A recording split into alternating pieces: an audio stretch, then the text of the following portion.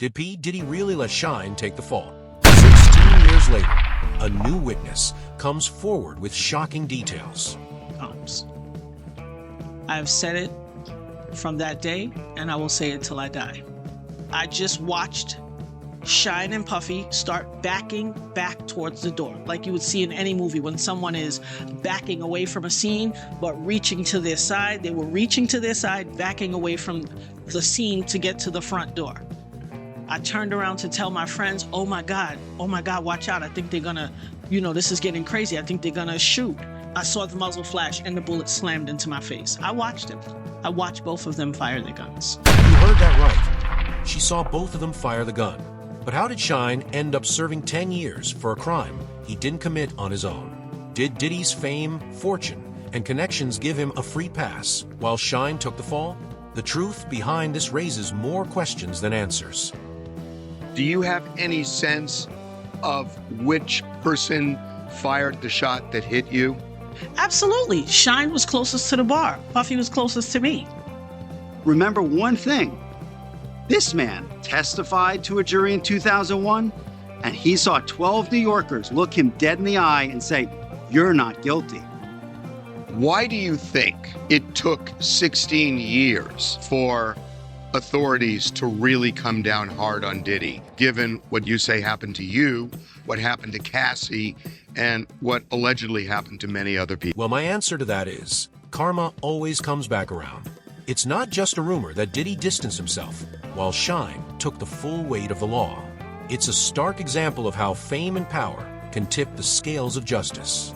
But as the truth resurfaces, it feels like Diddy's past is catching up to him, like a shadow that refuses to fade. It's like a classic cat and mouse game. Diddy, the mouse, scrambling to escape, while karma waits like a trap he just can't avoid. Now, here's Shyne's own account of what went down with Diddy. Facts are, this was not someone who I vacationed with and who he and I enjoyed this great intimate relationship of brotherhood. This is someone who destroyed my life. Don't stress. Shyne. Legal experts and documents from that time paint a troubling picture. Shyne, a rising star at the start of his career, was treated as disposable. Meanwhile, Diddy, already an industry powerhouse, appeared to pull every string to protect his image. A closer look at the trial transcripts and interviews reveals a pattern. How did Diddy's money and influence allow him to dodge responsibility? But remember, every dog has its day. Let's hear from a witness once more. There's an old adage, every dog has his day. This victory is not just a victory for Cassie, for Little Rod, for me. It's a victory for everyone who has felt the specter of violence, oppression, wickedness, evil, whatever.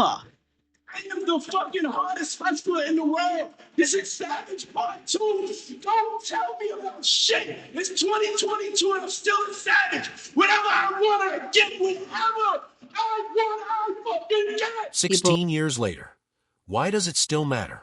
This isn't just an old scandal. It's a case study of how the music industry, fame, and the legal system collide. When a witness steps forward after all these years, it's not just about spilling the tea. It's about exposing an uncomfortable truth, how quickly loyalty can be sacrificed for public image. And for Diddy, whose empire only grew after Shyne's downfall, the whispers of this controversy never truly died down. They've just grown louder. Now, listen closely as we uncover the culture of fear that kept this buried for so long before it finally surfaced.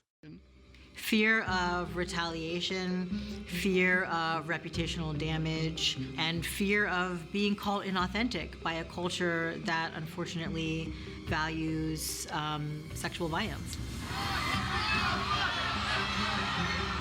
Ultimately, this story isn't just about Diddy and Shyne. It's a lens into how power, fame, and fear can twist the truth. As this scandal resurfaces, we're forced to face the hard reality of how far some will go to protect their own image, even if it means letting others take the fall. The layers of influence and privilege are like a well-oiled machine running in the shadows to rewrite the narrative. But when hidden truths start coming to light, the past has a way of crashing through, no matter how deeply it's buried. This isn't just Diddy's moment of reckoning.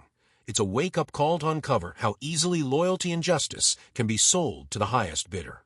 The floodgates have opened, and now the tide is rising, threatening to wash away everything in its path. The whispers that once echoed in dark corners are now thunderous roars, demanding to be heard. And for those involved, there's nowhere left to hide.